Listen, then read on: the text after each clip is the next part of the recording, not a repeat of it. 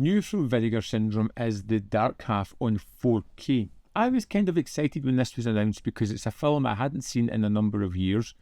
I have recently just reread the book and I really enjoyed that. And I wanted to revisit this because, well, based on a novel by Stephen King, which I love, and it's directed by George A. Romero, a director who I really like, who has some interesting takes on things. And the story here is all about Thad Beaumont, a writer who is kind of unsuccessful under his own name, but he has a pseudonym, an alter ego of George Stark, who writes these pulpy, bloody thriller crime novels that are really quite successful.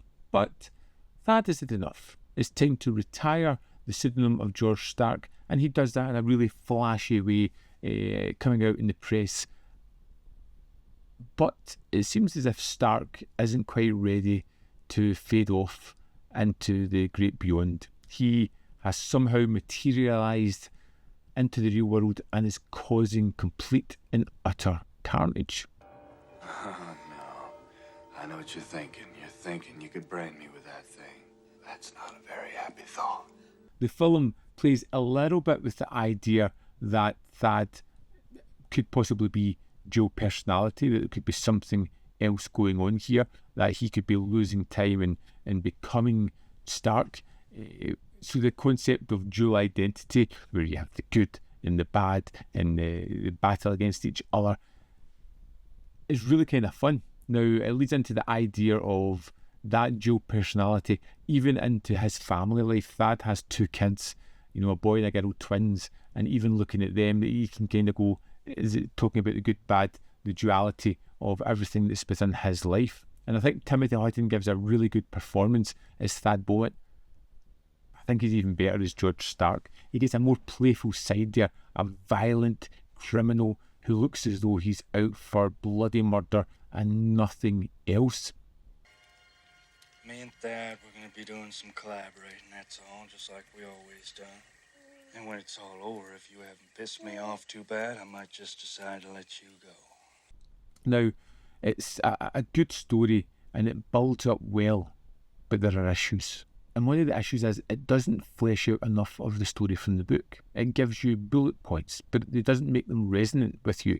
It doesn't make them become appropriate within the story. It doesn't delve enough into the thematics, into the nitty-gritty. Now, I was carrying a lot of those knowledgeable moments into the movie because I had read the book, but I can see it being almost surface level, and it has this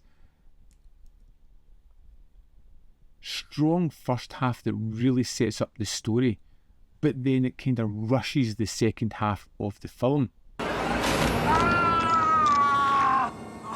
Hello, Mike. Goodbye, Mike. Trying to get everything all in there at once, and it shifts into an almost conventional slasher story at a point and loses the psychological terror aspect of this.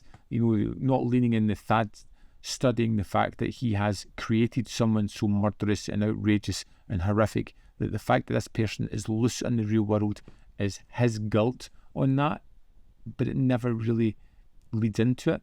Some characters feel a little bit more like just context that rather than realised people. And the horror doesn't always land. It has tonality issues, pacing lacks a little bit, and the suspense moments feel diluted at times. Not that the movie is bad, it's just that coming off the book, you feel as if it could be so much better. Now, the effects are fantastic. The deterioration of Stark is wonderfully realised on screen. The idea of the starlings, and particularly at the end, the effects are really good. They hold up, mostly.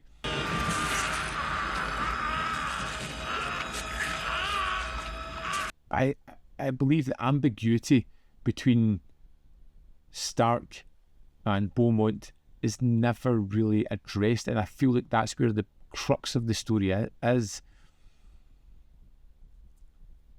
Was it 2 people? Was it an altered ego of Beaumont? They never really address that, and I think that's where the real horror lies within the film. I am glad to have revisited it. I do enjoy the film, but coming straight off the book, it never quite matches up to that. It doesn't have enough of the detail or the thematics throughout it. It's a quick, easy to digest horror movie. It's got a great first half. It kind of loses it in the second half and becomes a little bit more perfunctory and average in the second half, which is a bit of a shame. Good performances though, and I'm really glad to have revisited the Dark Half, and I'm glad to have it in my collection as well. I'd love to hear your thoughts on the Dark Half. Let me know in the comment box below whether you love it, hate it, or fall somewhere in the middle. As always, there is more content up here. You can see more of my stuff. In the description box are links to Patreon, membership program, and manvfilm.com. Always in which you can support me. Thanks for watching. See you next time.